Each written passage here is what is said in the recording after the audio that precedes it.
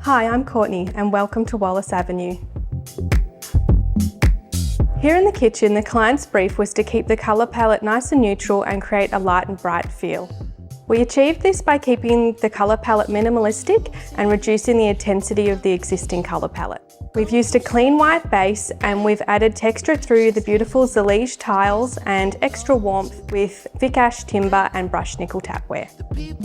A special addition to this space is the wonderful zip tap, which offers instantaneous boiling, chilled and sparkling water.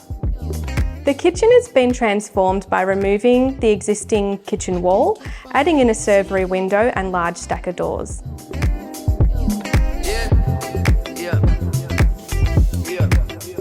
How many mistakes do it take till you leave? And I'm left with my hand and my face all red and the face looking at you like, wait, I know I ain't a saint if it ain't too late. Well, I can't keep on losing.